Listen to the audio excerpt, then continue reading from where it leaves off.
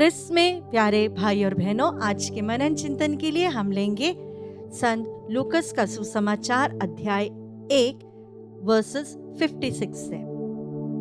लगभग 3 महीने एलिजाबेथ के साथ रहकर मरियम अपने घर लौट आई। एलिजाबेथ के प्रसव का समय पूरा हो गया और उसने एक पुत्र को जन्म दिया। उसके पड़ोसियों और संबंधियों ने सुना कि प्रभु ने उस पर इतनी बड़ी दया की है और उन्होंने उसके साथ आनंद मनाया। 8वें दिन वे बच्चे का खतना करने आए।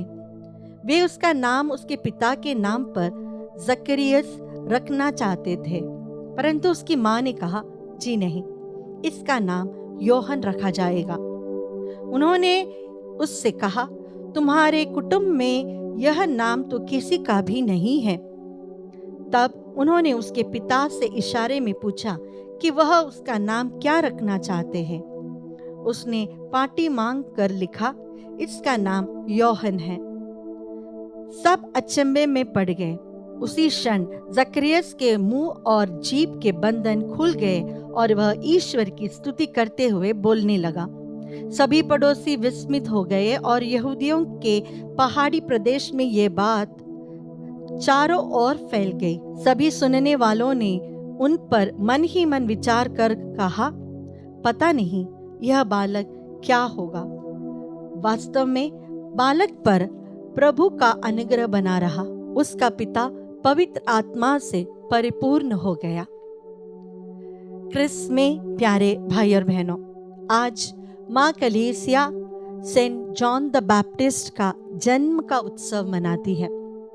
कलीसिया में केवल 3 जन्मोत्सव मनाया जाता है। वह है प्रभु यीशु, माता मरियम और संत योहन बपतिस्ता। संत योहन के माता पिता जकरियस और एलिजाबेथ के बारे में हम वचन में पढ़ते हैं संत लूकस अध्याय 1 पद संख्या 5 और 6 में। वे दोनों ईश्वर की दृष्टि में धार्मिक थे। वे प्रभु की सब आज्ञाओं और नियमों का निर्दोष अनुसरण करते थे, यानी वे बहुत अच्छे लोग थे।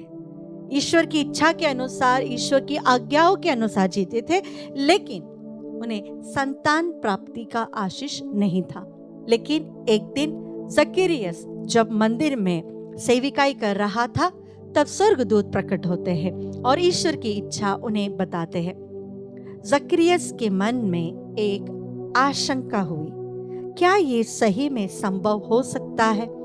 मेरी पत्नी अब बुढ़ी हो चली है, उसे बच्चे होने का कोई भी लक्षण अभी उसके शरीर में नहीं है, तो क्या मेरी वाइफ सही में प्रेग्नेंट हो सकती है? एंजल गब्रिएल ने उससे तभी कहा कि मैं गब्रिएल हूँ, प्रभु का वचन, प्रभु का संदेश मैंने तुम्हें सुनाया है, तुमने विश्वास नहीं किया, इसीलिए अब से तुम गूंगे रहोगे जब तक मेरी भविष्यवाणी पूरी नहीं होती।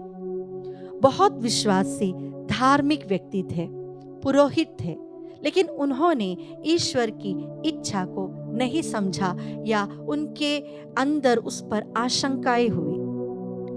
आज जब इस वचन के ऊपर मैं मनन कर रही थी, मेरे मन में एक बात आई।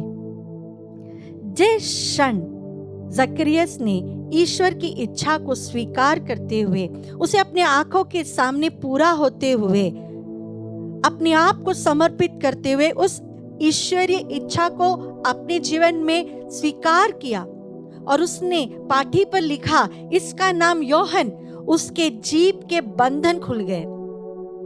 यानी हमारे जीवन में ऐसे कई ब्लॉक्स होते हैं। उस ब्लॉक्स का एक कारण यह है कि हम ईश्वर की इच्छा को जानते हुए भी हम उसे नकारते हैं या उस पर डाउट करते हैं। जहां पर ईश्वर की इच्छा पूर्ण होती है, वहां पर बंधन नहीं होता, ईश्वर की कृपा वहां पर होती है। हमने इस पाठ के आखिरी में पढ़ा कि जकरियस पवित्र आत्मा से परिपूर्ण हो गया। जिस क्षण उसने ईश्वर की इच्छा को, ईश्वर के प्लान्स को अपने जीवन में पूर्ण रूप से स्वीकार किया, तब उसके बंधन टूट गए और वह पवित्र आत्मा से परिपूर्ण हो गया। प्यारे भाई और बहनों, हमारे जीवन में जब भी कोई ब्लॉक्स है, हम कहते हैं कि हमें जॉब नहीं मिल रहा है, जीवन साथी नहीं मिल रहा है, घर में परेशानियां हैं, सबसे पहले हम अपने आप की जांच करें कि क्या मेरे जीवन में मैंने कहीं ईश्वर की इच्छा को ब्लॉक कर कर रखा है क्या मैंने ईश्वर की इच्छा को जानते हुए उसे नकारा है क्या?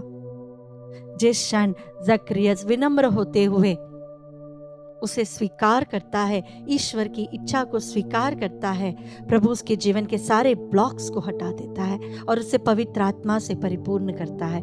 आइए आज हम इस आराधना में अपने जीवन के सारे ब्लॉक्स प्रभु को समर्पित करें और प्रभु से कहे, प्रभु मेरे जीवन के ब्लॉक्स शायद मैंने आपकी इच्छा को समझा नहीं, स्वीकार नहीं किया, उसके कारण आया हुआ है।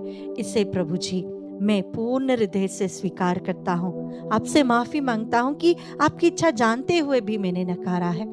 प्रभु आपके पवित्र आत्मा से मुझे परिपूर्ण करते हुए मेरे सारे बंधनों को तोड़ दे।